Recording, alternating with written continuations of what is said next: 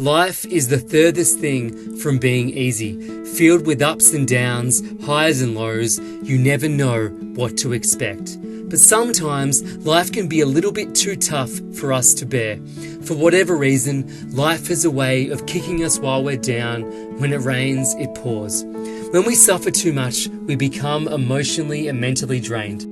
The effects of the stress evolve beyond the mental and start manifesting in ways that we can see. We become sapped of our energy to the point of physical exhaustion, and in some cases, all we can do is break down. It's important to recognize when life has put you through too much instead of confusing these symptoms with everyday life. Here are 6 apparent signs that you're emotionally drained. Number 1, hopelessness. You've pushed and pulled and fought and clawed through the storm, but no matter what, it just doesn't seem to end. All your energy has been sapped. You wanted to overcome your obstacles, but they seem to be bigger than any you've come across. Eventually, you start to ask yourself, why even bother? This point is known as hopelessness, and it is incredibly dangerous. Once you've reached this point, your pain and struggle might start to become permanent because you've accepted that this is your life. If you feel this way, it's time to ask for help. Number 2, quick to anger.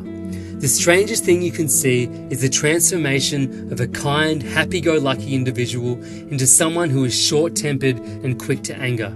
You wonder what could have happened to that person to cause such a massive change.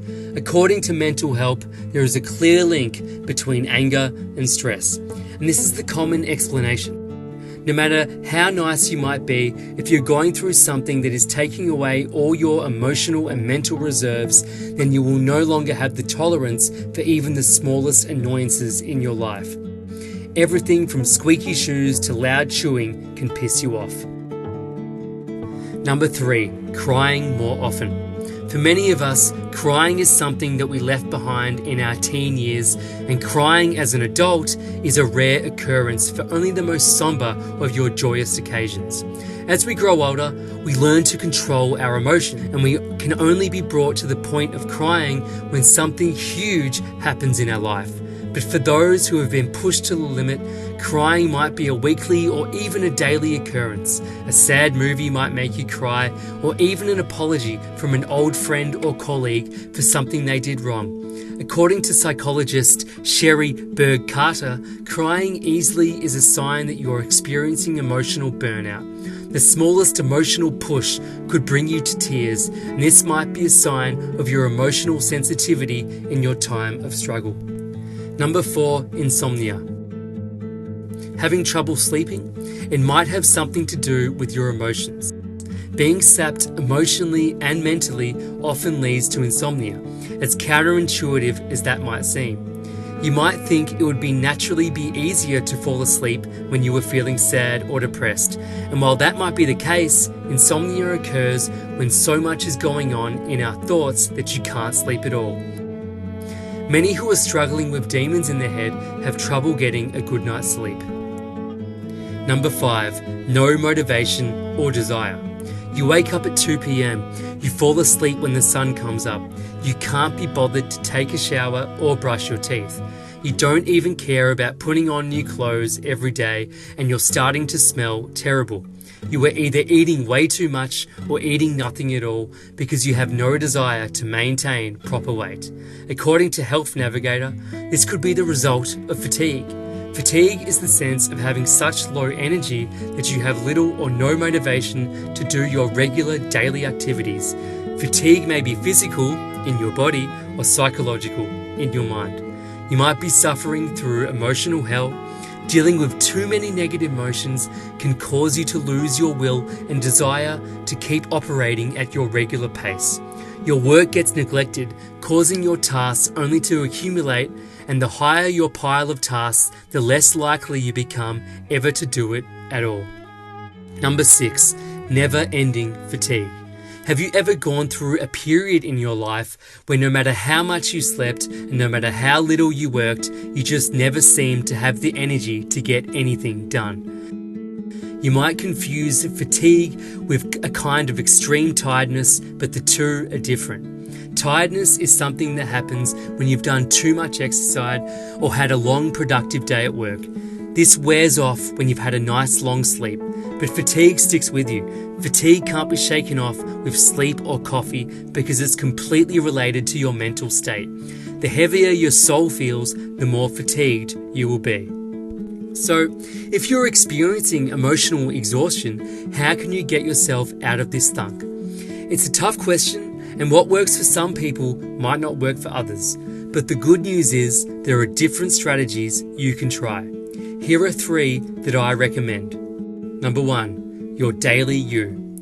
If you're emotionally drained, then it's time to start treating yourself better. Think of the people in your life that you love and respect. How do you treat them? You are kind to them, patient with their thoughts and ideas, and you forgive them when they make a mistake. You give them space, time, and opportunity. You make sure they have the room to grow because you love them enough to believe in the potential of their growth. Now think of how you treat yourself. Do you give yourself the love and respect that you might give your closest friends or significant other? Do you take care of your body, your mind, and your needs? Here are all the ways that you could be showing your body and mind self-love in your everyday life. Sleeping properly, eating healthy, giving yourself time and space to understand your spirituality, exercising regularly, thanking yourself and those around you, playing when you need it, avoiding vices and toxic influences, reflecting and meditating. How many of these daily activities do you allow yourself? And if not, then how can you say that you truly love yourself? Loving yourself is more than just a state of mind. It's also a series of actions and habits that you can embed in your everyday life. If you have to show yourself that you love you from the beginning of your day to the end. Number 2, exercise. When you're exhausted, the last thing you'd think would help would be exercise. After all, exercise is a form of physical stress. However, research suggests that physical stress can relieve mental stress. Harvard Health says that aerobic exercise is the key for your head just as it is for your heart. Regular aerobic exercise will bring remarkable changes to your body, your metabolism, your health, and your spirits. It has a unique capacity to exhilarate and relax, to provide stimulation and calm, and to counter depression and dissipate stress. It's a common experience among endurance athletes and has been verified in clinical trials that have successfully used exercise to treat anxiety disorders and clinical depression. If athletes and patients can derive psychological benefits from exercise, so can you. According to Harvard Health, exercise works because it reduces levels of the body's stress hormones such as adrenaline and cortisol. It also stimulates the production of endorphins, which are natural painkillers and mood elevators. Number 3, accept your emotions without judging them. Whenever we experience an uncomfortable feeling, such as sadness, fear, or anger, our first instinct is to ignore it, reject it, or push it away. And this is fair enough. We don't really want to walk around feeling emotional pain all the time. However, when we reject our emotions, we may actually make things worse off. And we eventually become emotionally exhausted because it takes effort to ignore our efforts, and we try to hide them in the background. They bite back harder in the long run. A much better tactic that may help your emotional health is to practice acceptance. This means allowing your emotions to just be without negatively judging them or trying to change them. It's understanding that you don't need to control your emotions. They cannot do any damage to you. In fact, the things you do, you need to get rid of the negative emotions like alcohol, eating cake, can do the more damage to you. Learning to accept your emotions may lead to stable emotional resilience. However, it's important not to confuse acceptance with self-imposed suffering. When you were treated unfairly by a superior, it doesn't mean you should accept it. Acceptance is about balance.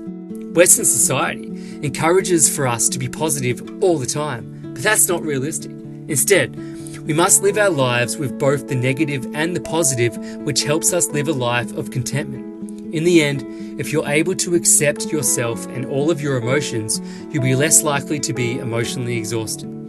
If you want to learn more mindful techniques to accept your emotional health and begin inner healing, then check out Hack Spirit's ebook, The No Nonsense Guide to Using Buddhism and Eastern Philosophy for a Better Life. Within this ebook, you'll discover the core components of achieving happiness anywhere, anytime, through creating a state of mindfulness throughout the day, learning how to meditate, fostering healthier relationships, healing from pain and trauma, unburdening yourself from intrusive negative thoughts. I've linked to the ebook in the description below of this video. Check it out and let me know what you think.